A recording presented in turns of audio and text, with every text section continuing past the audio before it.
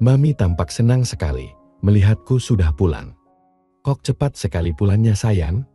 Kirain mau nginap di rumah Tante Murni, barang seminggu gitu, sambut Mami di dalam kamarku. Gak tahu kenapa, rasanya aku gak bisa berjauhan lama-lama dengan Mami, sahutku sedikit mengandung gombalan. Sama sayang, setelah tahu bahwa kamu itu putra Mami, malah gak mau pisah lama-lama sama kamu sayang, ucap Mami disusul dengan aksinya yang tentu saja aku terima, dan membalasnya dengan penuh perasaan. Ayo sayang, sekarang sih kamu mau TDR di kamar Mami juga boleh, ucapnya. Tapi aku mau mandi dulu di kamar Mami ya, sahutku. Boleh, apapun boleh kamu lakukan dan boleh kamu miliki, ucap Mami yang disusul dengan bisikan, bahkan ini, Mami juga boleh kamu miliki seumur hidup sayang. Hihi, iya Mamiku sayang, sahutku sambil mengikuti langkah Mami menuju pintu lift. Lalu kami naik ke lantai 3. Kalau kamu mau, tiap malam TDR-nya sama Mami juga boleh. Hitung-hitung kompensasi, karena waktu masih kecil dulu, kamu gak pernah TDR sama Mami, kata Mami, yang malam itu mengenakan kimono sutra berwarna orange dengan bintik-bintik merah bertaburan di sana-sini. Tapi aku sudah di US sekarang Mam, 2 bulan lagi juga usiaku genap 24 tahun, ucapku. Kali aja kamu merindukan sesuatu dari Mami sepanjang malam hei, sahutnya. Tapi setelah aku sedih US gini, kalau dekat-dekat Mami, pasti aku jadi nging Mam, ucapku.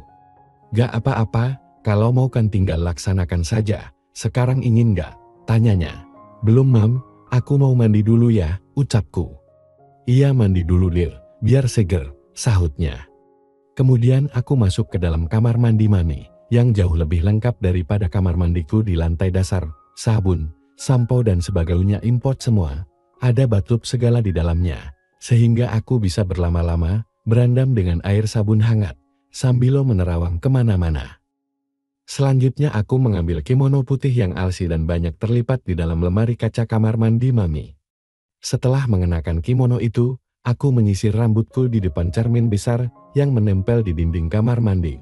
Kemudian keluar dari kamar mandi dan melompat ke atas bed, di mana Mami sedang nonton televisi yang dipasang di dinding. Daripada nonton TV, mendingan nonton film Mam, kataku sambil meletakkan tanganku di atas peluyutnya. Memangnya kamu punya filmnya? Tanya Mami. Banyak, tapi di kamarku, aku ambil dulu ya, ucapku. Iya, sahutnya. Kemudian aku melangkah ke dalam lift dan meluncur turun ke kamarku. Aku ambil eksternal, harddisk 2 terabita, yang isinya beribu-ribu koleksi film. Selanjutnya aku naik lagi ke lantai 3, untuk menyambungkan eksternal HD itu ke Smart TV Mami. Gak pakai player Haris? Tanya Mami. Sudah gak zaman pakai player sekarang, sih Mam. Lagian televisi Mami ini, termasuk Smart TV, eksternal HD ini, menyimpan ribuan film Mam, nanti kalau ada yang menarik, kita ikuti ya, usulku. Iya sayang, sahut Mami. Setelah eksternal HD itu tersambung dengan TV, aku pun mengambil remote dan menyetelnya ke USB. Setelah tersambung, aku merebahkan diri di samping Mami. Film pertama adalah seorang pemuda dan seorang wanita setengah baya. Ini mengingatkan kita Yaman, kan untuk pertama kalinya aku merasakannya di puncak bukit itu kan, ucapku sambil tanganku bergerak ke suatu kawasan. Ternyata Mami sudah siap ya, bisikku. Iya sayang, Mami sekarang ini, ingin mulu. Apalagi kalau kamu seperti ini, ucapnya lirih. Sabar dulu Man, kan mau nonton dulu, ucapku. Biarin aja film itu terus jalan, kita juga buat film yuk, ucap Mami sambil mengambil oposisi dan tentu saja aku tidak bisa melarangnya. Maka aku biarkan saja Mami melakukan apapun yang diinginkannya. Sampai akhirnya Mami berkata, ayo sekarang sayang. Aku pun segera mengerjakan tugas yang diberikan oleh ibu bosku, alias Mamiku itu, dengan penuh semangat dan penuh perasaan. Sayang, kamu ini seolah menjelma, jadi 2 sisi bagi Mami, sebagai putra semata wayang Mami, sekaligus sebagai suami Mami. Kita tak usah bertanya, kenapa ini semua harus terjadi seperti ini. Lanjutkan saja hubungan kita seperti ini ya sayang, pinta Mami Elis. Di tengah kesibukannya membantuku dalam bekerja. Iya Man, kalau hubungan ini dihentikan di tengah jalan, aku bisa murun dan melamun terus nanti, bahkan mungkin aku menjauhi Mami, dengan perasaan bersalah, sahutku. Kamu tidak bersalah sayang, kan yang mengawalinya Mami sendiri, di puncak bukit itu sayang, ucap Mami. Tapi kalau Mami hakiki nanti, gimana? Tanyaku. Gak mungkin, sebelum kita lakukan di puncak bukit itu, Mami sudah pergi ke dokter. Mami mau putraku cukup satu saja, cukup kamu saja seorang, tapi kamu jangan jadi orang yang manja ya, jadilah orang yang rajin, dan ulet dalam berbisnis, demi masa depanmu sendiri, ucap Mami. Iya Mamiku, sahutku yang mulai bekerja semakin giat. Mami pun tidak berbicara lagi, sehingga tidak berselang lama, kami bersama-sama telah sampai pada tujuan dengan sempurna. Terima kasih ya sayang, ucap Mamiku. Oh iya Haris sayang, tadi ada tantemu yang dari Kalimantan datang, dia TDR di kamar yang berdampingan dengan kamarmu, jelas Mamiku. Tante yang mana? Aku kan baru tahu Tante Aryati doang, sahutku. Adik-adik Mam, ada 4 orang. Yang pertama bernama Surtini, tinggal di Semarang. Yang kedua bernama Haryati, tinggal di Surabaya. Yang ketiga bernama Aryati, mantan ibu kosmu itu. Nah, yang sedang nginap di rumah kita itu, suka dipanggil Tari, nama lengkapnya C. Muntare, jelsnya panjang lebar. Jadi Tante Tari itu, adik bungsu Mami, tanyaku. Iya sayang, dia dijadikan istri muda seorang pengusaha batu bara, yang sudah tua, tapi nikahnya secara diam-diam, cuma nikah siri. Setelah sekian lama dijadikan istri muda, lama-lama ketahuan oleh istri pertamanya. Lalu Tari terus-terusan diteror oleh istri pertama, sehingga akhirnya dia minta cerai saja, jadi selama dia menjanda, dia akan tinggal di rumah kita ini, jelas Mami. Sudah punya keturunan berapa orang? Tanyaku. Belum punya, untung juga gak punya keturunan, jadi gak repot ngurusin. Dalam status jandanya itu, usianya masih sangat muda loh, cuma setahun lebih tua darimu, ucap Mami. Jadi umurnya, baru 25 tahun, tanyaku. Iya, waktu Mami punya kamu, usia Tari baru setahun, dia kan adik saya, beda ibu, jelas Mami. Oh, memangnya ayah Mami, istrinya 2, tanyaku. Nah, kan nenekmu meninggal duluan, kemudian kakekmu menikah lagi, maka lahirlah Tari itu, ucap Mami. Jadi walaupun usianya cuma beda setahun, aku tetap harus manggil tante padanya, tanyaku. Seharusnya memang begitu, kata orang-orang tua, kita tidak boleh merusak silsilah. Status dalam keluarga harus tetap sesuai dengan kedudukannya, meski usianya lebih muda darimu, tetap saja kamu harus manggil tante padanya, ucap Mami. Aku terdiam.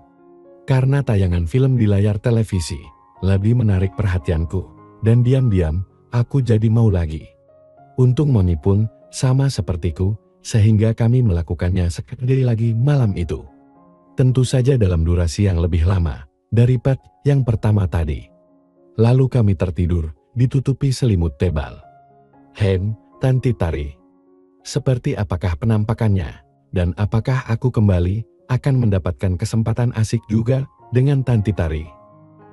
Keesokan paginya setelah mandi, kemudian kami turun ke kamarku dan langsung menuju ruang makan untuk sarapan pagi yang sudah disiapkan oleh pembantu bagian dapur.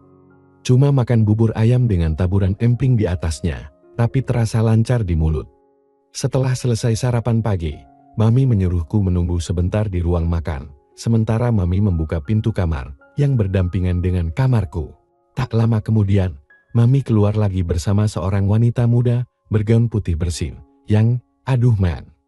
Wanita muda itu luar biasa cantiknya, tak kalah cantik dengan artis-artis yang sering tampil di televisi, batinku seketika itu. Sambil memegang pinggang wanita muda berperawakan tinggi langsing itu, Mami berkata padaku, sayang, ini adik bungsu Mami, yang namanya Tari, meski usianya beda setahun denganmu, kamu harus memanggilnya Tanti, ayo kenalan sama tantemu ini. Spontan aku berdiri dan menghampiri wanita muda yang cantiknya luar biasa itu.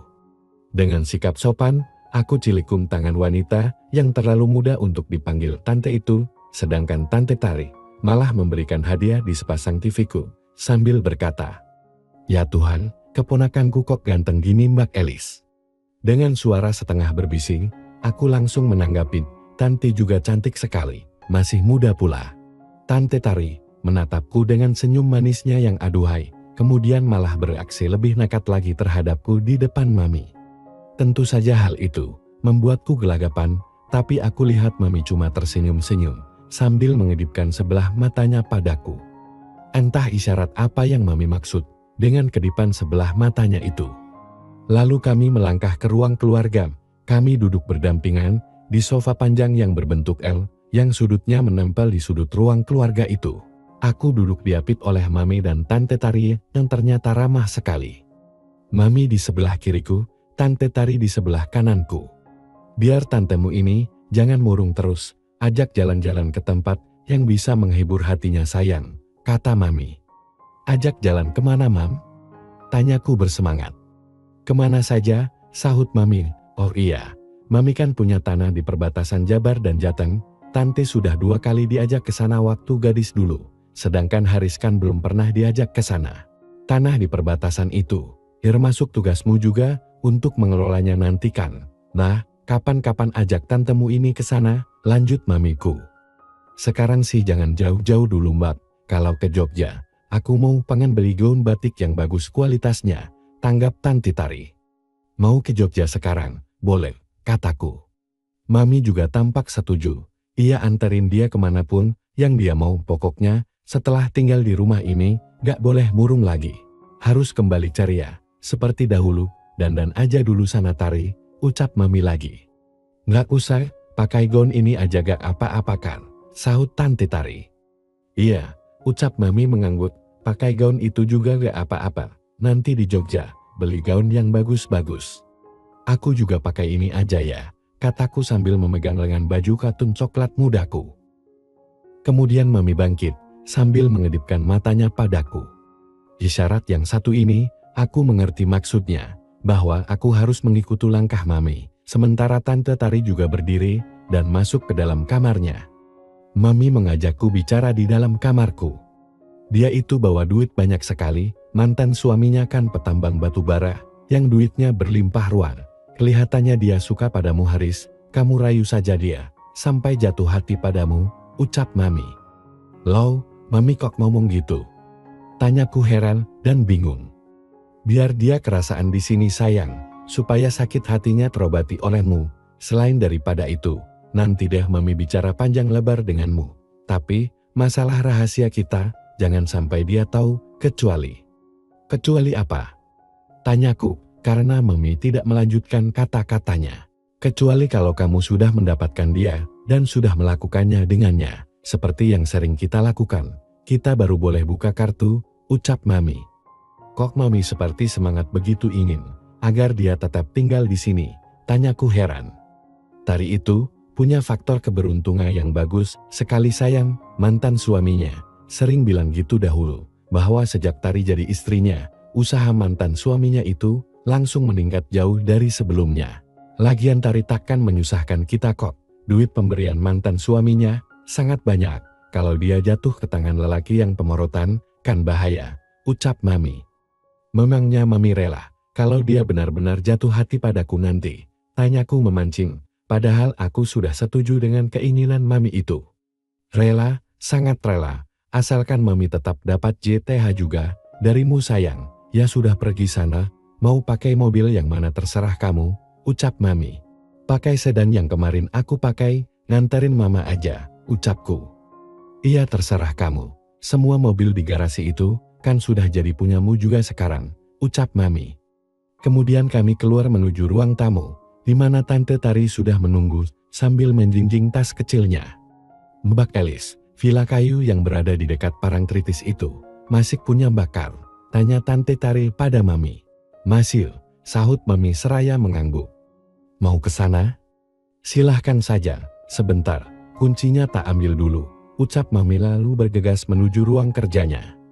Tak lama kemudian, Mami sudah kembali lagi, sambil membawa seuntai kunci, lalu diserahkannya kunci-kunci itu kepada Tante Tari, sambil berkata, villa itu biasa dibersihkan dan ditata oleh seorang lelaki bernama Sabto, nanti kalau dia nyamperin, kasihkan duit ini padanya, gaji untuk 3 bulan ke depan. Beberapa saat kemudian, aku sudah menjalankan sedan hitam bulit top ini, menuju Jogja, tentu harus lewat Solo dulu.